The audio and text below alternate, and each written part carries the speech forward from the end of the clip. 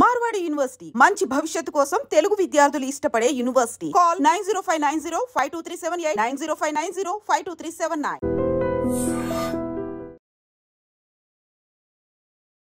నమస్తే, welcome to iDream. నేను మీ మాధురి. నడవలేని సిచ్యువేషన్స్లో మనకి వాకింగ్ స్టిక్స్ ప్రొవైడ్ చేస్తూ ఉంటారు. ఆ వాకింగ్ స్టిక్స్ ఎలా ఉండాలి, వాకింగ్ స్టిక్స్ తీసుకునే ముందు మనం ఎలాంటి జాగ్రత్తలు పాటించాలి అంటే, ఒకసారి మనకి ప్రాబ్లం రావటం వల్ల ఈ వాకింగ్ స్టిక్ ఇస్తారు కాబట్టి మళ్ళీ ఆ ప్రాబ్లం ఇంకా ఎక్కువ కాకుండా ఉండాలి, ప్లస్ ఇంకా ఆ ప్రాబ్లం వేరే దానికి షిఫ్ట్ అవ్వకూడదు అంటే మనం ఈ వాకింగ్ స్టిక్ తీసుకునేటప్పుడు ఎలాంటి జాగ్రత్తలు తీసుకోవాలి, డీటెయిల్గా చెప్పడానికి మనతో పాటు ఉన్నారు doctor Manoj Kumar Gudluru, ortho robotic joint replacement surgeon, sports medicine specialist. తనని అడిగి డీటెయిల్గా తెలుసుకుందాం. Hello sir. సార్, మనకి వాకింగ్ స్టిక్ తీసుకునేటప్పుడు చాలామంది ఏంటి అంటే ఇంతకుముందు పూర్వకాలంలో మనం చూసేవాళ్ళం సింగిల్ స్టిక్స్ ఎక్కువగా యూజ్ చేస్తూ ఉండేవాళ్ళు. ఒక రాజసం అవి ఇవి చాటుకోవడానికి ఆ స్టిక్ అనేది ఎక్కువగా యూజ్ చేస్తూ ఉండేవారు. అవసరం లేకపోయినా ఒక స్టేజ్, ఒక 60 దాటింది అంటే దాని అవసరం ఉంటుంది ఎప్పటికైనా అని చెప్పి స్టిక్ అనేది ప్రజెంట్ చేసి చాలా మంది యూజ్ చేస్తూ ఉండేవారు. సో ఈ వాకింగ్ స్టిక్ తీసుకునేటప్పుడు ఎలాంటి జాగ్రత్తలు తీసుకోవాలి, అసలు వాకింగ్ స్టిక్స్ లో రకాలు ఉన్నాయా? సో ఇంతకు ముందు రోజుల్లో వుడెన్తో దాన్ని కొంత కార్వింగ్ చేసి సింహం బొమ్మ కానీ లేదంటే ఇంకొక బొమ్మ కానీ లేదంటే పట్టుకోవటానికి వెండి ప్లేటెడ్ వాకింగ్ స్టిక్స్ అని చేసుకునేవాళ్ళు. సింగిల్ వాకింగ్ స్టిక్ అంటే సింగిల్ పాడ్ అంటారు దాన్ని, అంటే కరెక్ట్గా ఒక కాలు మీద నిలబడగలిగే ఒక సింగిల్ పాడ్ అంటారు. సో అది కొంత మోకాలు మీద పడే భారాన్ని, నడుము మీద పడి వంగుతున్న ఆ వయస్సుని ప్లస్ కాళ్ళకి ముందుకు పోవటానికి కలిగే ఒక శక్తిని ఇవ్వటానికి ఒక సపోర్ట్గా వాకింగ్ స్టిక్ అంటే చేతికర్ర అనేది ఉండేది. సో చాలా రకాలుగా ఉన్నాయి. చాలామందికి ఇలా వాకింగ్ స్టిక్ పెట్టుకోలేని వాళ్ళు కర్ర పట్టుకొని నడిచే వాళ్ళని కూడా చూస్తుంటాం మనం. ఇది ఒక సపోర్ట్, అంటే మనం నిలబడటానికి ఎట్లయితే మన రెండు కాళ్ళు మనకు సపోర్ట్ని ఎలా ఇస్తున్నాయో ఇలాగే ఆ వాకింగ్ స్టిక్ కానీ లేదా ఈ చేతికర్ర కావచ్చు లేదా ఇది కావచ్చు. దీంట్లో రకరకాలు ఉన్నాయి. ఇప్పుడైతే మనం పూర్వీకుల్లో కావచ్చు, ఇప్పుడు కూడా కొంతమంది ఎవరైతే walking stick aged people use చేస్తున్నారో దాని యొక్క షేప్ కానీ దీని డిఫరెన్స్ కానీ చాలా చేంజ్ చేసి వాకింగ్ స్టిక్ చేస్తున్నారు. అసలు వాకింగ్ స్టిక్ యొక్క అవసరం మామూలుగా మనకి నిలబడి వాక్ చేయటానికి కలిగే అవసరం అండ్ సపోర్ట్ కోసం యూస్ చేస్తాం. దీంట్లో కూడా రకరకాల వాకింగ్ స్టిక్స్ వచ్చాయి. వాకింగ్ స్టిక్స్లో ఫ్రాక్చర్ అయ్యి ఒక కాలు మీద నడిచే ఒక వ్యక్తికి కట్టుంటే, సో ఈ కాలు మీద పడే భారం అంటే ఈ కాలు అంటే కుడి కాలు ఫ్రాక్చర్ అయి ఉంటే ఎడమ కాలుకి ఒక స్టిక్ పెట్టి నడిపించేటట్టు, అంటే వాక్ విత్ ఎల్బో సపోర్ట్, అంటే ఎల్బో సపోర్ట్ దాకా తీసుకొని అతని పడే భారాన్ని కొంత ఎల్బో, అంటే మామూలుగా చేతి మీద అయితే చేతి మీద ఎక్కువ భారం పడుతుంది, ఎందుకంటే బరువు తను షిఫ్ట్ చేయాలి కాబట్టి.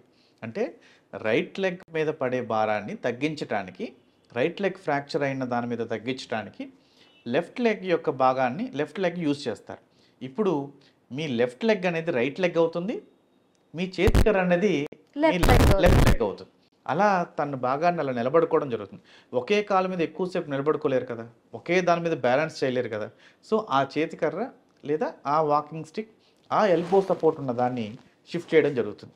ఈ ఎల్బో సపోర్ట్ వల్ల ఏమవుతుందంటే చేతి మీద ఎక్కువ భారం పడకుండా ఈ ఎల్బో అనేది వెయిట్ తీసుకోవడం జరుగుతుంది. సో అలాంటి వాకింగ్ స్టిక్స్ అనేటివి ఒక ఫ్రాక్చర్ అయిన వాళ్ళు యూజ్ చేస్తుంటారు. రెండవది మామూలు వాకింగ్ స్టిక్, అంటే ఏజ్డ్ పీపుల్, అంటే వయసు అయిన వాళ్ళు కూర్చోవటానికి లేవటానికి ఒక సపోర్ట్ తీసుకొని లేవటానికి ఈ వాకింగ్ స్టిక్ యూజ్ చేస్తుంటారు. దీంట్లో ఇప్పుడు చాలా మందిలో మేము రెగ్యులర్గా చూసి వాళ్ళు పడుతున్న బాధలు, అంటే లేచేటప్పుడు ఆ వాకింగ్ స్టిక్ సింగిల్ కర్ర అయితే ఇప్పుడు ప్లాస్టిక్, అల్యూమినియంస్ చాలా రకాలుగా, అంటే వుడెన్లో కూడా పెట్టి లేచేటప్పుడు ఇప్పుడున్న టైల్స్ కావచ్చు, ఇప్పుడున్న ఇది కావచ్చు, ఇంతకు ముందు రోజుల్లో మట్టిలో ఉండేవాళ్ళు దాని గ్రిప్ ఉండేది. ఇప్పుడు టైల్స్ దీనివల్ల గ్రిప్ రాక జారి మళ్ళీ ఇంకొకసారి పడి ఫ్రాక్చర్ అవ్వడం జరుగుతుంది.